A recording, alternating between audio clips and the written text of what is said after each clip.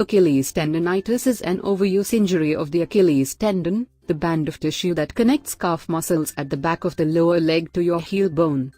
Achilles tendonitis most commonly occurs in runners who have suddenly increased the intensity or duration of their runs.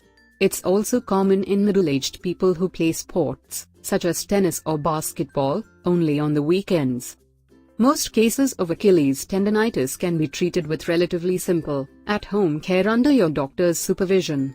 Self-care strategies are usually necessary to prevent recurring episodes. More serious cases of Achilles tendonitis can lead to tendon tears, i.e. ruptures that may require surgical repair. So this is all about Achilles tendonitis.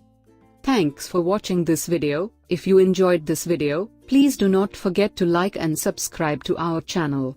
In this channel you will get information about various health-related topics.